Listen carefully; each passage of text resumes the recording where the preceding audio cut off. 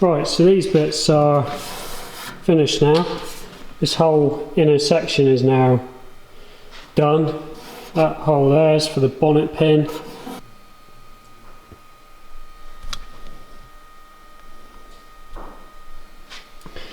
I've replaced all this piece here because this was really thin, pretty much rusted through.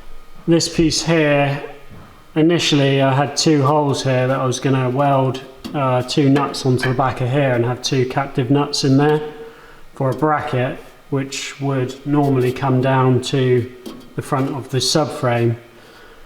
But I thought, rather than having holes and bolts and then a bracket, I'll just weld a tab with a hole on it straight to that, and then it's less bolts, less brackets. So that would normally come down and support the front of the subframe. Well, it actually says in the regs that if you are not running the original inner wings, that you have to have a support that goes from the front cross member to the front of the subframe here, which this is pretty much doing the same thing. It's just picking it up from here rather than on the actual front cross member. So these may not work anyway, so I'll have to look at that once I've got my engine back. And then there's some engine supports that come off around here somewhere, but I don't know where they're gonna go either. And then this side's been notched out for the Honda engine, so I want to put that back really so it matches this.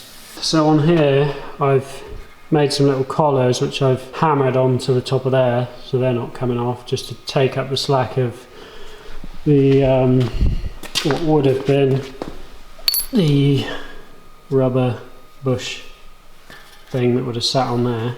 So that does away with that, and then this sits on the top. So I've made these collars to take up the slack, and then these bolts, which are huge and really heavy. These are 460 grams each, and I've machined the center out with a hole all the way down through, and it's less than half the weight that it was originally.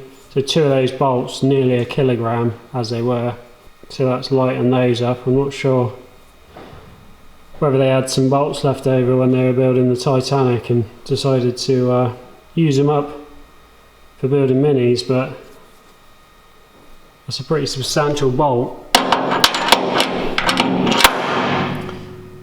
So that goes through there, and then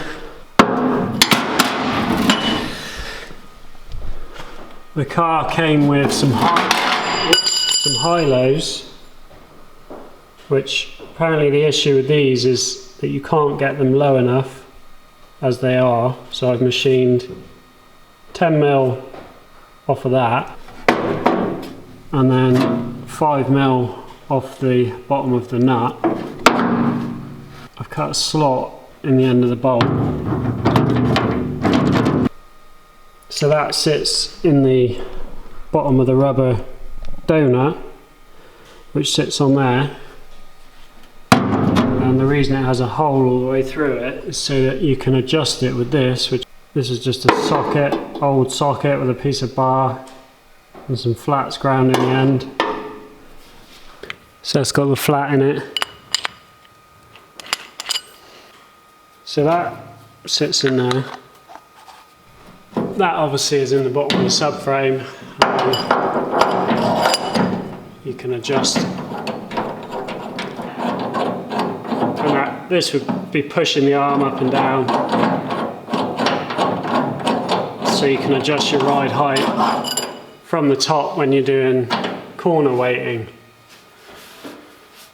So this is, you can buy like a kit that works like this from MED. And this is, these already have like a hexagon, a hex Allen key head in there.